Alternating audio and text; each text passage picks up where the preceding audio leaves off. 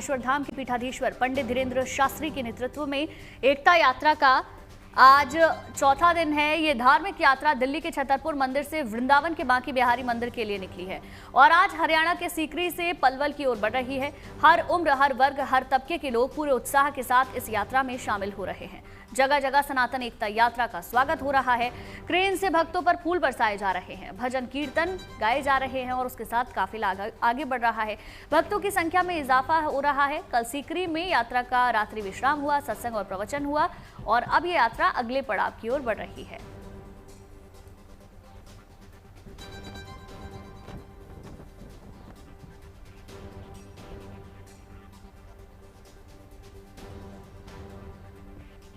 देखिए, तस्वीरें हम आपको दिखा रहे हैं। अलग अलग तस्वीरों में आप देख सकते हैं किस तरीके से एकता पदयात्रा आगे बढ़ती जा रही है। दिल्ली से लेकर वृंदावन तक 10 दिन की ये यात्रा, जिसका आज चौथा दिन है। बल्लभगढ़ से कल के बाद ये यात्रा अब आगे की तरफ बढ़ रही है।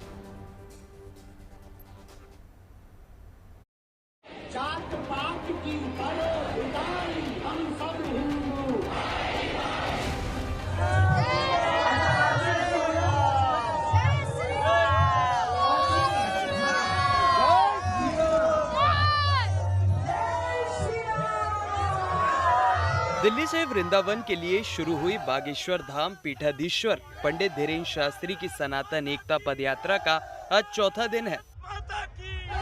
श्रद्धालुओं का उल्लास चरम पर है। हर तरफ श्रद्धा और आस्था की अनूठी तस्वीर नजर आ रही है। जगह जगह पदयात्रियों का भव्य स्वागत हो रहा है। क्रेन से फूलों की बरसात हो रही है।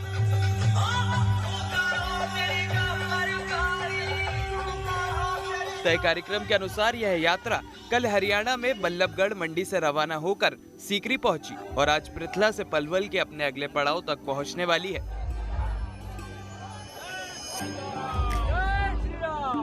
नाचते गाते और भक्ति में सराबोर लोग इस यात्रा में भाग ले रहे हैं। न चेहरे पर थकान का नामो निशान है और न ही किसी तरह की चिंता कि आखिर कैसे पूरी होगी यह यात्रा। मैं नेपाल से हूँ। नेपाल से और 1200 भक्त आए हैं। 1200। आप देखिए कि ये भी नंगे पैर यात्रा कर रहे हैं। कहाँ से चले हैं आप? हम राजस्थान से पैदल चल के दिल्ली तक आए। लक्ष्य हमारा पैदल था, राजस्थान से पैदल चल के आए, ना बल्कि दिल्ली। राजस्थान में मेरा पाली जिले में मेरा छोटा सा गांव, छोटी द्वारका नगरी जीतड़ा है। वहाँ से पैदल चलते मेरे को 18 दिन हो गए दिल्ली पहुँचने में। उस समय तो जूते थे पहने थे, लेकिन वहाँ तक दिल्ली तक आए जूते फट गए, तो फिर दिल्ली से पैदल ही चल रहा हूँ। मैं ऐसे ही चल रहा हूँ। इस सनातन एकता यात्रा में देश के कोने कोने से आए श्रद्धालु शामिल हो रहे हैं। हर उम्र और हर तबके के लोग हैं। युवा हैं तो महिलाएं और बुजुर्ग भी बड़े उल्लास के साथ इस यात्रा में भाग ले रहे हैं।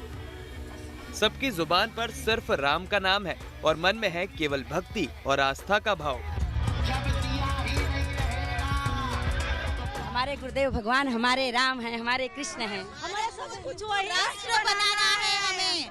हम जो पदयात्रा में निकले हैं, भारत को हिंदू राष्ट्र बनाना है। राम आएंगे आएंगे राम आएंगे, राम आएंगे आएंगे राम आएंगे। मेरी झोपड़ी के भाग आज जाग जाएंगे, राम आएंगे। मेरी झोपड़ी के भाग आज जाग जाएंगे, राम आएंगे। राम आएंगे तो अंगना सजाऊंगी, राम आएंगे तो अंगना सजाऊंगी। दीप जला के दिवाली मैं मनाऊंगी। महाराष्ट्र से आए आप लोग? तो स्पेशली पैदल यात्रा के लिए? स्पेशली पैदल यात्रा के लिए हम गुरु जी के साथ हैं, हम उनके सेना हैं। आप आंटी कितनी उम्र आपकी? से आए, बल्लभगढ़ से आए। बल्लभगढ़ से आए? हाँ जी, हमें महाराज जी के साथ साथ चलना है।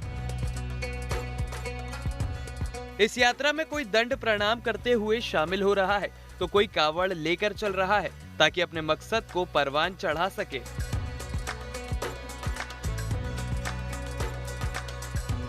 शास्त्री जी का संकल्प है कि यमुना जी साफ और सुरक्षित रहें, तो हम यमुना जी से जल भरने वाले थे, तो हमने फिर हरिद्वार से जल भर के और फिर छतरपुर से जल उठाया है। अच्छा, जल हरिद्वार से ही लिया है? हाँ, जल हरिद्वार से लिया है और छतरपुर से जल उठाया है।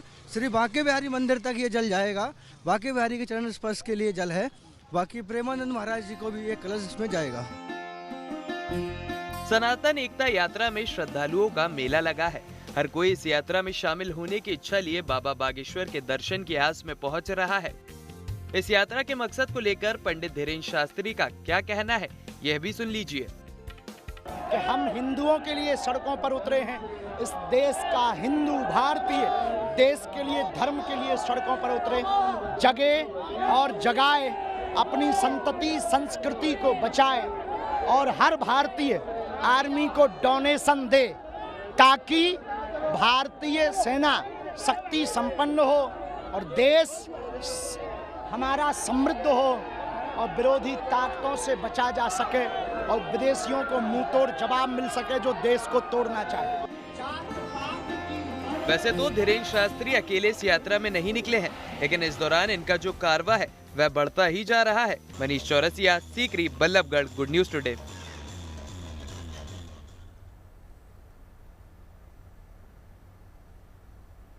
देखिए, सनातन एकता का शुभारंभ 7 तारीख को राजधानी दिल्ली के कात्यायनी मंदिर से हुआ था। 16 नवंबर को वृंदावन श्री बांके बिहारी मंदिर पहुंचकर यात्रा का समापन होगा और 10 दिन में 170 किलोमीटर दूर तय कर भक्त बांके बिहारी की नगरी में पहुंचेंगे। इस यात्रा में भक्तों का उत्साह देखते ही बन रहा है। आम लोग ही नहीं, जाने माने चेहरे भी इस यात्रा का हिस्सा बन रहे हैं।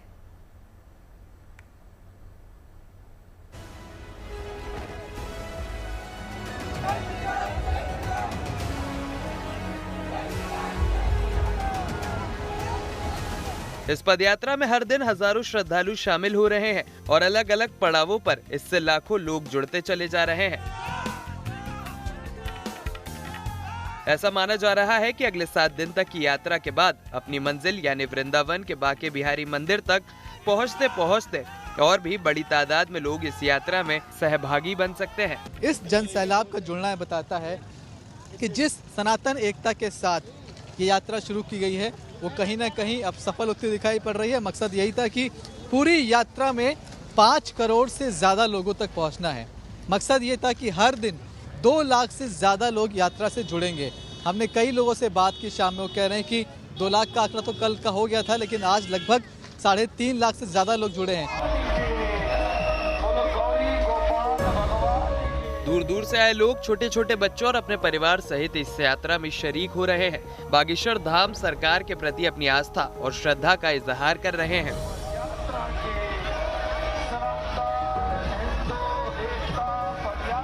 कहाँ से आ रहे हैं? ग्वालियर से। ग्वालियर से आ रहे हैं? हाँ। मुरैना से। बच्चा थक गया है, आपकी हिम्मत बची है? नहीं, बच्चा की हिम्मत पूरी है। यहाँ से बागेश्वर तक चले जाएंगे हम लोग। हाँ, गुरु जी पदयात्रा की थी 2024 में भी की थी पदयात्रा। 2024 में पदयात्रा की थी बागेश्वर धाम से ओरछा धाम तक। अब 2025 में भी कर रहे हैं। साथ हो, यहाँ से बागेश्वर तक चले जाएंगे, जहाँ तक कहेंगे तहाँ तक चले जाएंगे। बस थक तो नहीं जाते? बिल्कुल नहीं, ये तो दौड़ते आएंगे, दौड़ते आएंगे।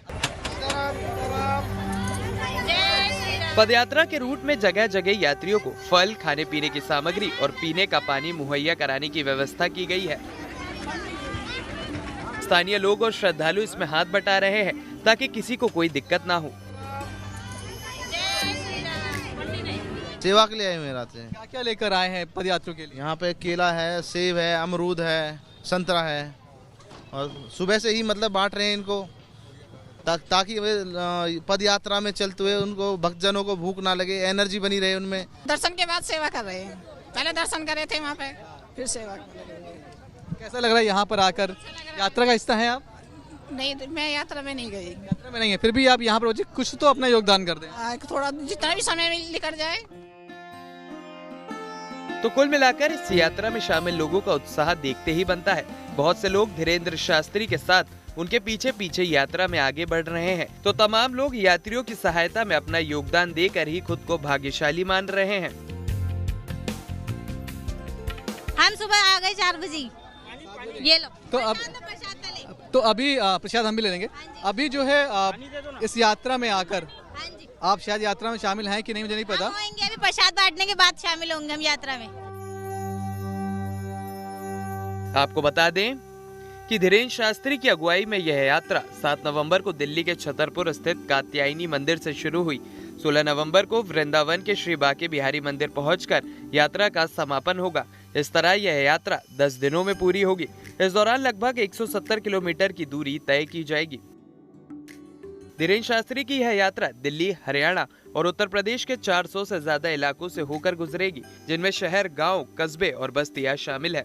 हर दिन जिन इलाकों से होकर यह यात्रा गुजर रही है, वहां बड़ी संख्या में लोग बागेश्वर धाम पीठाधीश्वर के दर्शन के लिए जमा हो रहे हैं और घंटों इंतजार भी कर रहे हैं। आज देखने के लिए खड़े हैं, को देखने के लिए 4 घंटे से खड़े हैं। हाँ, 4-5 घंटा सुबह से खड़े हैं।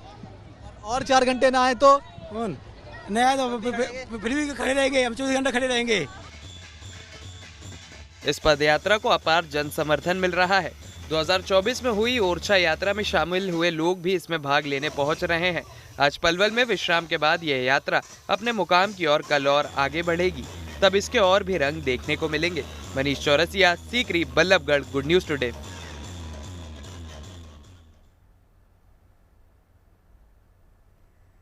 धीरेन्द्र शास्त्री की सनातन एकता पदयात्रा में भक्ति, आस्था और श्रद्धा के अनूठे रंग नजर आ रहे हैं। तमाम लोग अपने कामकाज छोड़कर दुख दर्द और यात्रा की परेशानियों की चिंता किए बगैर इस यात्रा में शामिल हो रहे हैं।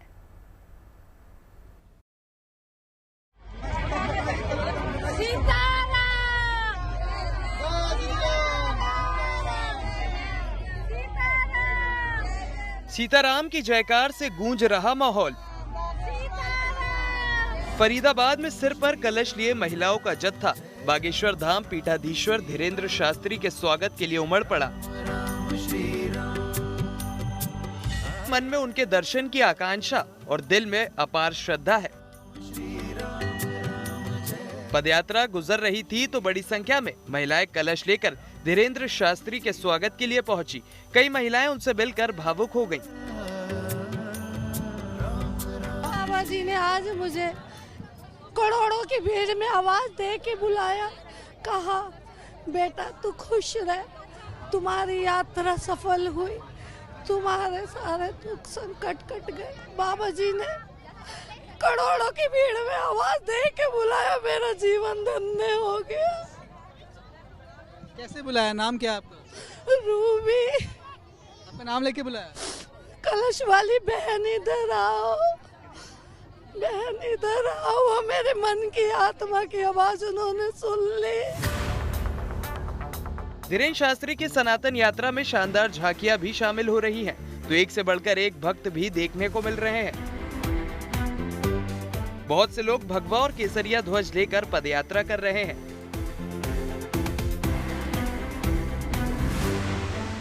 जगह जगह श्रद्धालुओं को रोली चंदन भी लगाया जा रहा है।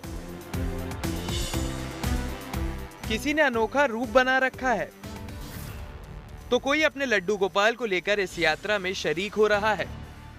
हाथ में लड्डू गोपाल को लेकर चल रहे हैं। कहाँ से लेकर चले? भीड़ में, इसलिए टोकरी नहीं लेके आए, भीड़ में टूट जाती, इसलिए वृंदावन जाके दूसरा लेंगे, वृंदावन जाके दूसरा लेंगे और राधा जी भी लेंगे इनके लिए, फिर लेंगे। ऐसे ही एक भक्त बाबा धीरेन्द्र शास्त्री का कटआउट लेकर यात्रा में शामिल हुए हैं। इसी तरह एक श्रद्धालु दिव्यांग होने और पैदल चलने में कठिनाई के बावजूद खुद तो यात्रा में भाग ले ही रहे हैं।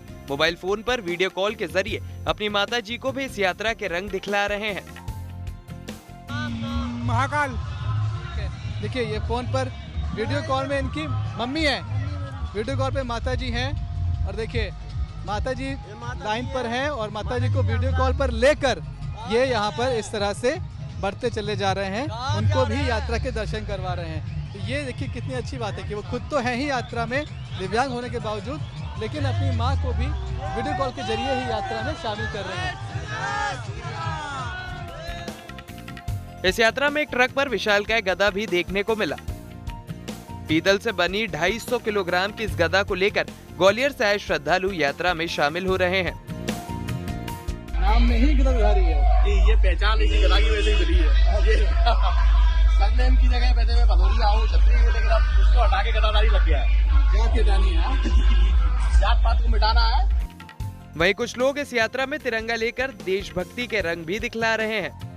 जय सिया राम। भगवा भी है, साथ में तिरंगा भी है और खुद बाबा जी भी एक पीछे से हर हर महादेव, हर हर महादेव जयकारे लगाए अपने रास्ते। हाँ बिल्कुल, गला बैठ गया। हमारी ये दूसरी यात्रा है। तो एक आदमी देश के नक्शे पर श्री राम और हनुमान जी की तस्वीर से सनातन एकता का संदेश दे रहा है। ये भारत का नक्शा है और श्री राम और हनुमान जी का प्रतिमा है। भारत का मैप है और उसमें हनुमान जी और श्री राम है। क्या मैसेज देने की कोशिश? हमें ये मैसेज देने के लिए है कि पूरा भारत सनातनमय हो।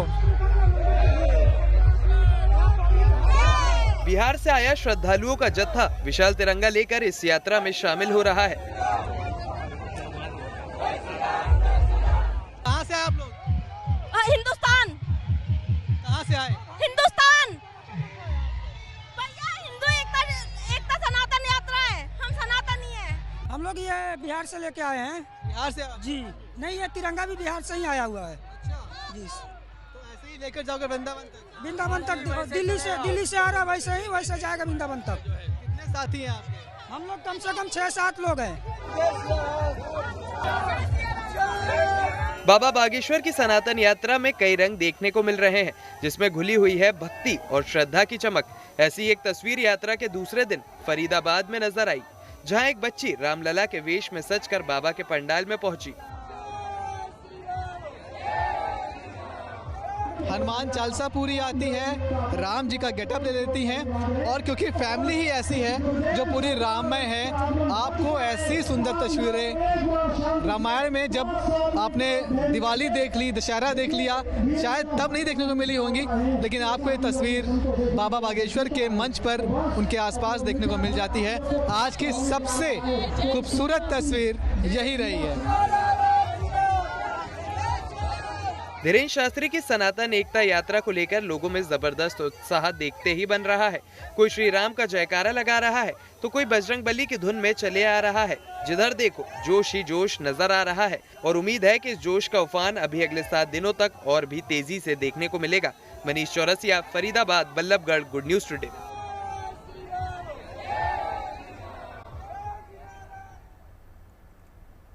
को लेकर चलते हैं खूबसूरत वादियों के बीच, जहां सैलानियों का जमघट है। मौसम ने करवट ली तो सैलानियों ने पहाड़ों का रुख करना शुरू कर दिया और गुड न्यूज ये है कि पहाड़ों पर रौनक लौटने से पर्यटन कारोबार ने एक बार फिर से रफ्तार पकड़ ली है। घाटियों में सैलानियों की रौनक बढ़ गई है। हाईवे से लेकर पर्यटन स्थलों तक चहल पहल बढ़ गई है। कुछ दिन पहले हुई ताज़ा बर्फबारी के बाद रोहतांग, मढ़ी, लाहौल की चोटियां सफेद हो चुकी हैं, जिससे मनाली की ओर पर्यटकों की आवाजाही बढ़ रही है। इसी बीच व्यास नदी में रिवर राफ्टिंग इस सीजन में सबसे बड़ा आकर्षण का केंद्र है। रोजाना सैकड़ों पर्यटक राफ्टिंग की बुकिंग कर रहे हैं और ठंडे पानी के बावजूद इस रोमांच का पूरा आनंद ले रहे हैं।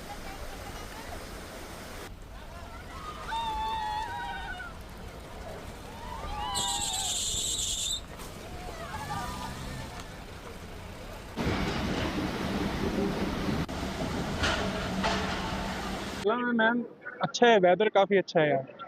और जब बर्फ़ पड़ती है तब हम आते हैं तो बर्फ़ का अलग ही मज़ा है, क्योंकि बर्फ़ में ऐसा रहता है कि एक तो स्नोफॉल अच्छा होता है तो देखने में भी मज़ा आता है, क्योंकि जिन्होंने स्नोफॉल नहीं देखी वो तो फिर इधर नज़दीक तो यही पड़ता है स्नोफॉल के लिए, नहीं तो फिर उधर जाना पड़ता है मनाली के पास। अच्छा एक्सपीरियंस है, सब वेदर भी बहुत अच्छा है, सब नाइस है। जो ये वेदर है, ये वेदर घूमने के लिए सबसे अच्छा है। तो अगर स्नोफॉल भी होती तो वो तो अच्छी हो जाती बाद में, पर जब अगर स्नोफॉल पसंद है तो स्नो में आए।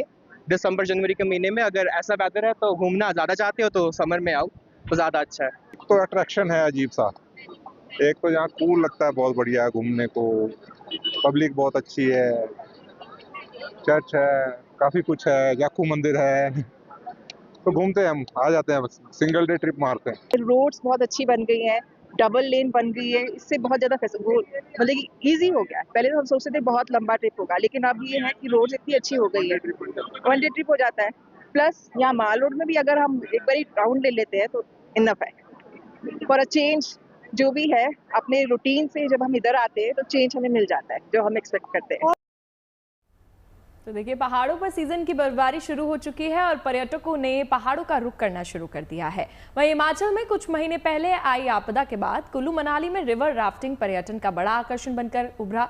बर्फबारी का लुत्फ उठाने हिमाचल जा रहे पर्यटक इन दिनों कुल्लू मनाली में रिवर राफ्टिंग का भरपूर मजा ले रहे हैं।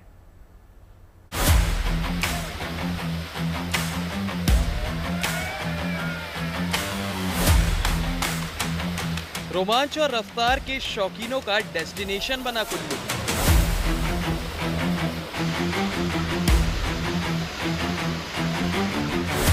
ब्यास में रिवर राफ्टिंग का लुत्फ उठाने पहुंच रहे पर्यटक।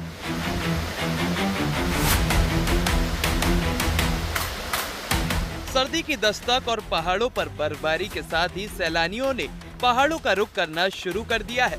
हाल ही में ताजा बर्फबारी के बाद रोहतांग, मढ़ी और लाहौल की सफेद चोटियां मानो सैलानियों का दिल खोलकर स्वागत कर रही हैं।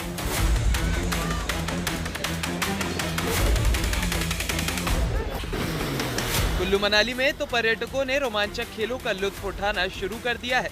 खासतौर पर ब्यास नदी में रिवर राफ्टिंग सैलानियों की पहली पसंद बन गई है।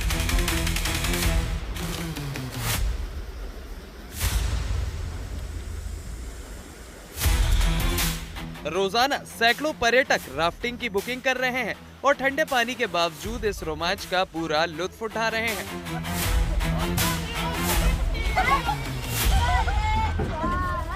थ्रिल्ड फील हुआ, ऐसा लग रहा था बिल्कुल आउट ऑफ मूवी में हो रहा है, बिल्कुल सब कुछ ऐसा एक्सपीरियंस पहला है लेकिन बहुत मजेदार एक्सपीरियंस है ये। अब जब ये कभी आएंगे यहाँ या ऋषिकेश में फिर से करेंगे रिवर राफ्टिंग। यहाँ पे तो बहुत अच्छा लग रहा है। पहले हम लोग मनाली में गए थे, फिर वहाँ से हम लोग गए थे रोहतांग से पहले कोकसर में, वहाँ पे हम लोग ने बर्फ में बहुत ज्यादा एंजॉय किया। फिर हमारी जो दूसरी ट्रिप थी वो कुल्लू की थी। फिर हम लोग यहाँ पे आए, फिर हम लोग ने देखा कि यहाँ तो कुछ है ही नहीं, तो भैया ने बताया कि यहाँ पे रिवर राफ्टिंग कर लो, सबसे मजा आ जाएगा। फिर हम लोग गए, बुक किया और हम लोग ने किया। ये मेरा फर्स्ट एक्सपीरियंस था, हम लोग को बहुत ज्यादा मजा आया यहाँ पे।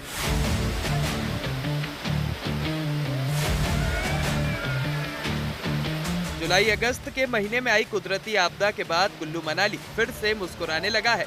पर्यटन फिर से परवाज भर रहा है, जिससे होटल, होम स्टे और तमाम पर्यटन व्यवसायियों के चेहरों पर भी मुस्कान लौट आई है।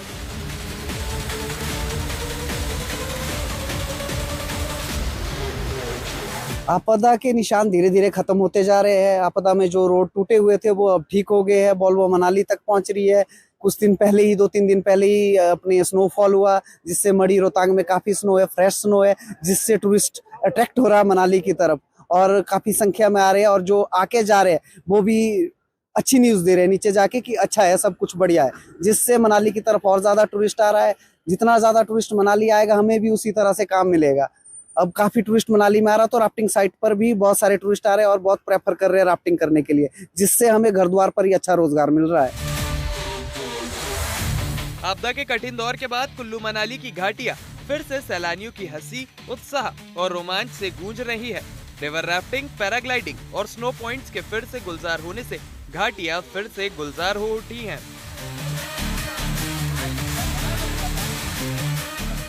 कुल्लू से मनमिंदर अरोड़ा के साथ bureau report, good news today.